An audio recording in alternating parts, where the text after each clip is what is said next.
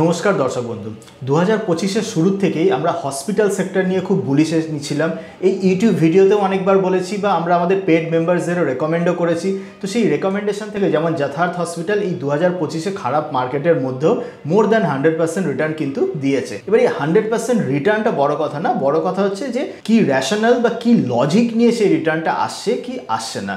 আমরা সবসময় এটা বলি যে শেয়ার বাজার গ্যাম্বেলের জায়গা নয়। আর আপনি যদি গ্যাম্বলিং করে বা কোনো কিছু না ইনডেপথ জেনে বুঝে শেয়ার কেনেন তখন কি হয়, একটাতে প্রফিট হয়, দুটোতে প্রফিট হয়, 3 নম্বর কি 4 নম্বর বারে এমন একটা লস হয় যে পুরো প্রফিটটা কিন্তু আপনার চলে যায়। নর্মালি যারা ধরুন এরোর কথায় শেয়ার কেনে বা ফিউচার অ্যান্ড অপশান বা ইন্ট্রাডে এই সমস্ত তেমন ইনডেপথ নলেজ না নিয়ে যারা করে তারা এটা রিলেট করতে পারবেন যে একবার দুবার প্রফিট কিন্তু হয়, কিন্তু 3 নম্বর কি 4 নম্বর বারে একটা লসে কিন্তু পুরো প্রফিট নষ্ট হয়ে যায়।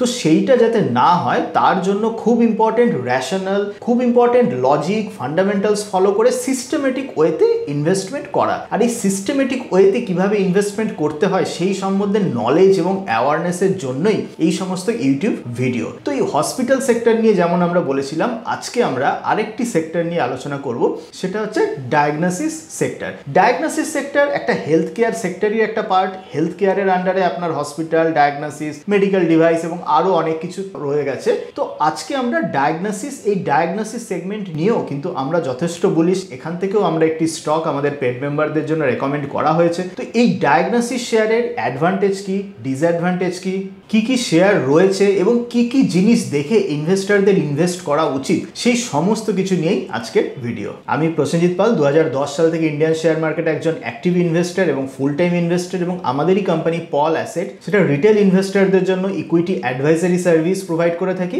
এবং আমাদেরই ফার্ম 129 ওয়েলথ সেটা HNI ইনভেস্টরদের জন্য complete fund management service offer করে থাকি। বোথ সার্ভিস আর সেবি রেজিস্টার্ড, রেগুলেটেড এবং সমস্ত কিছু কমপ্লায়েন্স ফলো করেই আমরা অফার করে থাকি।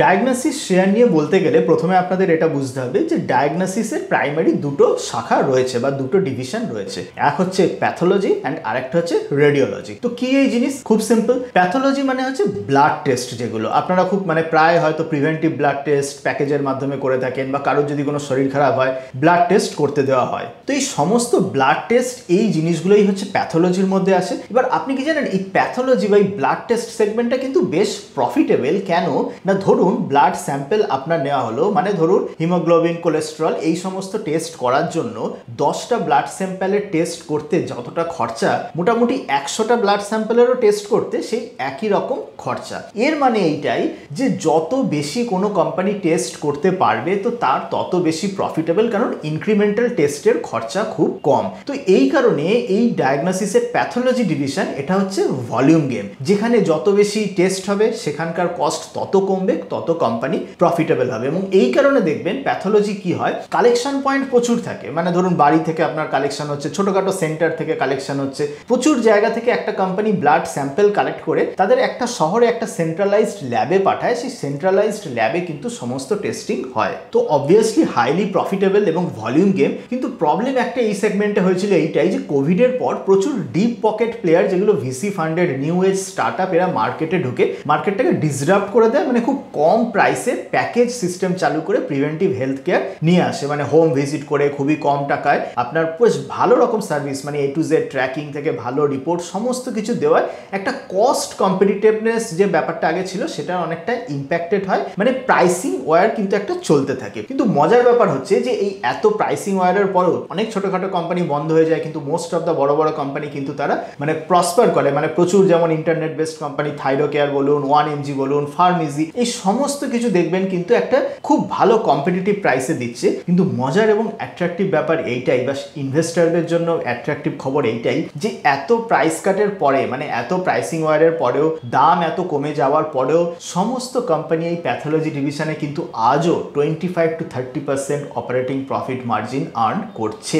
25 to 30% profit margin is a big thing. যে কোনো বিজনেস যদি 25 to 30% প্রফিট মার্জিন আর্ন করে সেটা অটোমেটিক্যালি কিন্তু খুবই অ্যাট্রাকটিভ বিজনেস সেগমেন্ট। আগে আজ থেকে 6-7 বছর কি 10 বছর আগে প্যাথোলজিতে আরো বেশি মার্জিন ছিল, এখন মার্জিন কমেছে, কিন্তু কমেও যেটা রয়েছে সেটাও কিন্তু বেশ অ্যাট্রাকটিভ। সেকেন্ড যে সেগমেন্ট ডায়াগনোসিসের সেটা হচ্ছে রেডিওলজি। এবার প্যাথোলজি যদি অ্যাট্রাকটিভ সেগমেন্ট হয়, রেডিওলজি তার ডাবল অ্যাট্রাকটিভ সেগমেন্ট। রেডিওলজিটা কি? রেডিওলজির মধ্যে পড়ে এমআরআই, সিটি স্ক্যান, ইউএসজি, যে সমস্ত স্ক্যান ইমেজিং রিলেটেড জিনিস সেগুলোকে আমরা বলি রেডিওলজি। রেডিওলজিতে খেয়াল করে দেখবেন প্যাথোলজি ব্লাড টেস্টে যেমন এত প্রাইস কম্পিটিশন, এত প্লেয়ার, সবাই ঘরে ঘরে পৌঁছে যাচ্ছে, ব্লাড স্যাম্পল কালেক্ট করছে, রেডিওলজিতে কিন্তু এই কম্পিটিটিভ প্রেশারটা নেই বা এই কম্পিটিটিভ প্রেশারটা আসবেও না। কেন? কারণ রেডিওলজি এই সমস্ত ইউএসজি স্ক্যান, সিটি স্ক্যান বলুন, এমআরআই বলুন, এগুলো অনেকটা কমপ্লেক্স টেস্ট এবং এগুলো করার জন্য পেশেন্টকে কিন্তু সেন্টারে যেতেই হবে। এটা ঘরে বসে হবে না। একজন পেশেন্টকে সেন্টারে যেতে হয় তাই নয়, একজন ডক্টরেরও প্রেজেন্স থাকে। প্যাথোলজি যেগুলো ব্লাড টেস্ট হয়, এমন না যে একটা ডক্টর ব্লাড কালেক্ট করতে আসে, যে কোনো লোক ব্লাড কালেক্ট করে নিয়ে যায়, সেই ব্লাড কালেক্টের স্যাম্পল যেখানে টেস্টিং হয় তারপর একটা ডক্টর সাইন হয়। কিন্তু রেডিওলজি টেস্টগুলো এমন, পুরো টেস্টের সময় যখন টেস্টটা হচ্ছে তখন একটা ডক্টরের প্রেজেন্স ম্যান্ডেটরি। তো তার মানে এইটা এমন একটা সেগমেন্ট যেখানে পেশেন্টকে প্রেজেন্স থাকতে হবে, ডক্টরকে প্রেজেন্স থাকতে হবে, এবং শুধু তাই নয়, রেডিওলজির যে যন্ত্রপাতি সেই ইকুইপমেন্টগুলোর খরচা অনেক বেশি। যে সমস্ত স্ক্যান মেশিন বললাম এগুলো 2 কোটি 3 কোটি 5 কোটি মানে এই রকম লেভেলের খরচা, এবং এই কারণে দেখবেন এই রেডিওলজি, এই সমস্ত এমআরআই, সিটি স্ক্যান, এগুলো কিন্তু হিউজ বেশি জায়গায় হয় না। ব্লাড টেস্ট প্রত্যেকটা পাড়ায় হচ্ছে, সমস্ত জায়গা থেকে আপনার ব্লাড টেস্ট হয়ে যাবে, কিন্তু একটা সিটি স্ক্যান করতে গেলে বা একটা এমআরআই করতে গেলে হয়তো আপনাকে একটু দূরে যেতে হচ্ছে, কারণ এই এমআরআই সিটি স্ক্যান সব জায়গায় হয় না।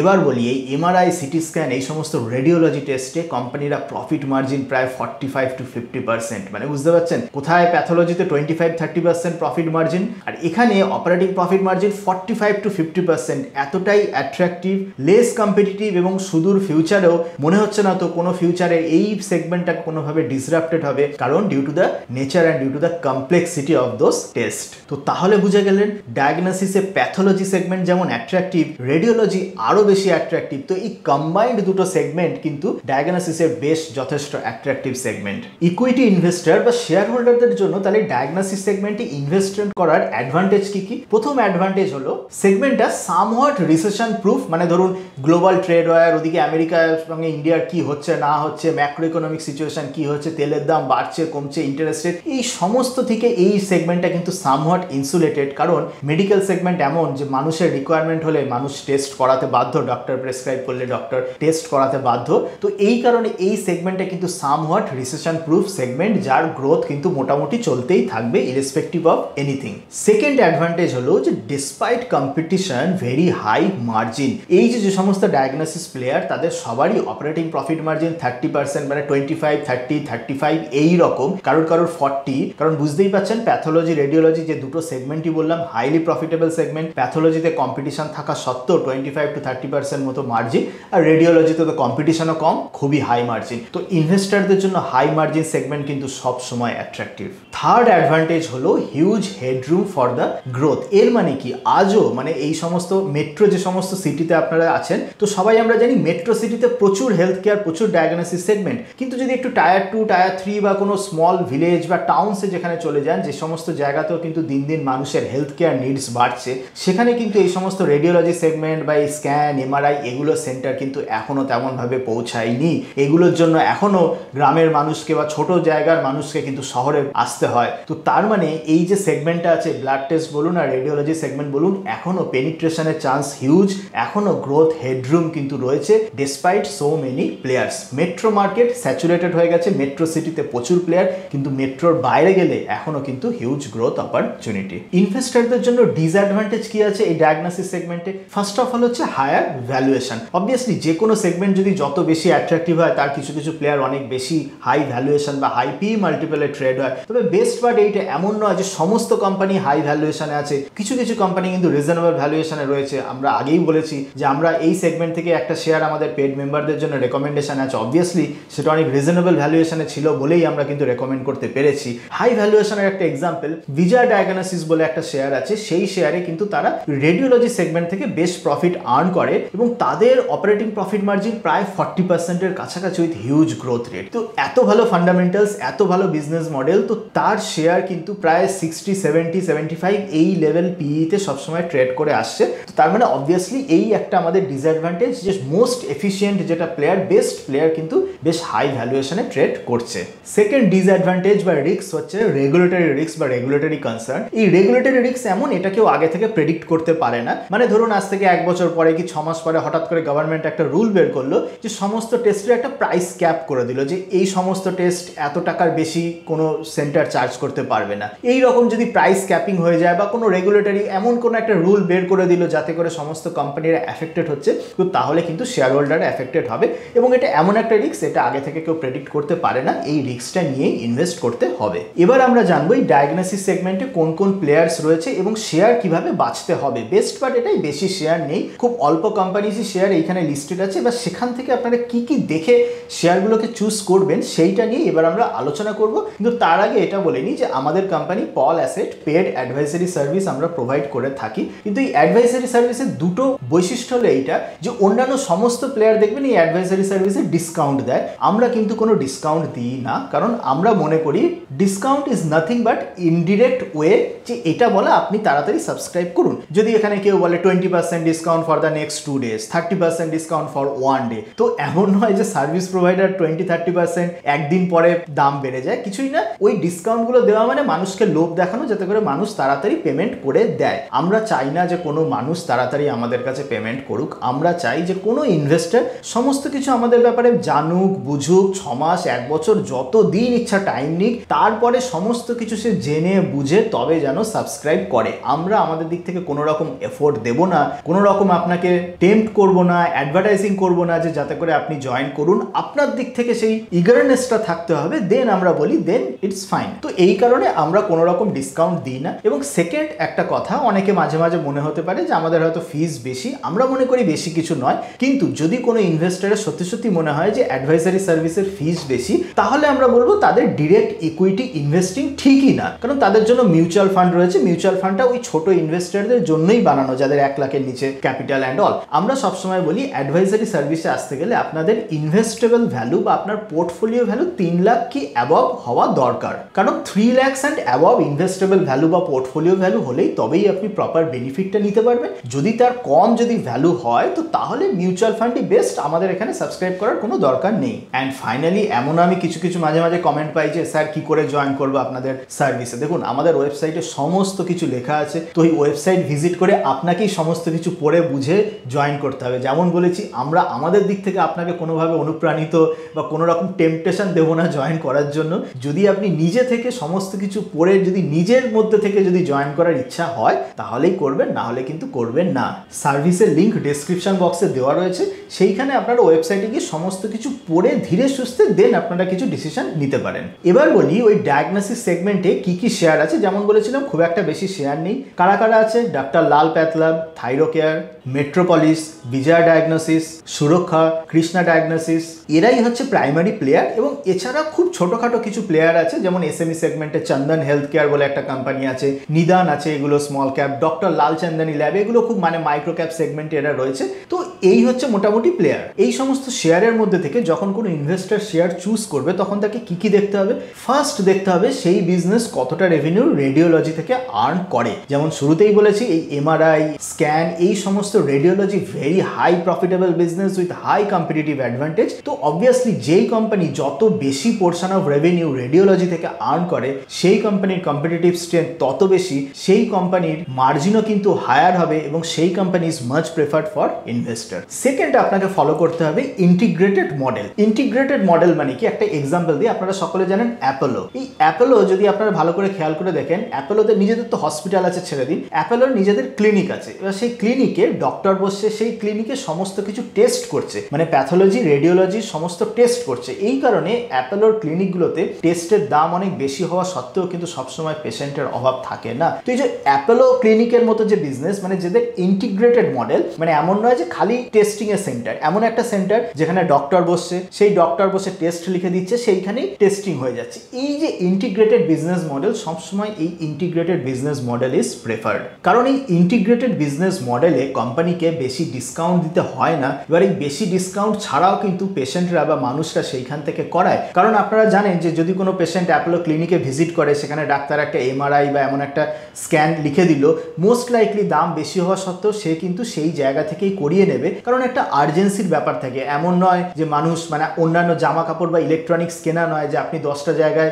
দাম দর করে তারপর কিনলেন। মানে মেডিকেল এমার্জেন্সি এমন থাকে যে তখন মনে হয় যে যেটা আমার হাতের পাশে আছে, যেখান থেকে রিলায়েবল রেজাল্ট আসবে, আমি সেইটাই প্রেফার করি। তো সবসময় মনে রাখবেন, যত আমি শেয়ারের নাম বললাম লিস্টেড যত কোম্পানি আছে, তার মধ্যে সেই সমস্ত কোম্পানিকে প্রেফার করুন যাদের ইন্টিগ্রেটেড বিজনেস মডেল, যেখানে ক্লিনিক, সেই ক্লিনিকের মধ্যেই ডক্টর বসছে, সেই ক্লিনিকের মধ্যেই ডক্টর টেস্ট লিখে দিচ্ছে, সেখানেই সমস্ত কিছু টেস্ট মানে প্যাথোলজি থেকে শুরু করে রেডিওলজি সমস্ত কিছু টেস্ট সেখানে হয়ে যাচ্ছে। কারণ সেই সমস্ত বিজনেসের কম্পিটিটিভ অ্যাডভান্টেজ বা গ্রোথ হেডরুম কিন্তু অনেক বেশি কম্পেয়ার টু আদার প্লেয়ার্স। এবং থার্ড যে জিনিসটা দেখতে হবে, efficiency and fundamentally strong company. Best part is এইটাই যে ম্যাক্সিমাম যে সমস্ত হেলথ কেয়ার এই ডায়াগনোসিসে রয়েছে, তাদের ম্যাক্সিমামেরই কিন্তু ফান্ডামেন্টাল বেশ যথেষ্ট ভালো। মানে return on equity, return on capital employed, margin থেকে শুরু করে ক্যাশ ফ্লো সমস্ত কিছু, মানে এত মানে হিউজ রেটে তারা গ্রো করছে, মানে ডেথ নিচ্ছে, কিন্তু তা সত্ত্বেও কিন্তু ফান্ডামেন্টালস মোস্ট অফ দ্য কোম্পানিরই ভালো। তো সেখানে যার বেটার অবভিয়াসলি সেইটা কিন্তু মোর প্রেফারেবল হবে। ফোর্থ যে প্যারামিটার, অবভিয়াসলি এখানে ছোট কোম্পানি বড় কোম্পানি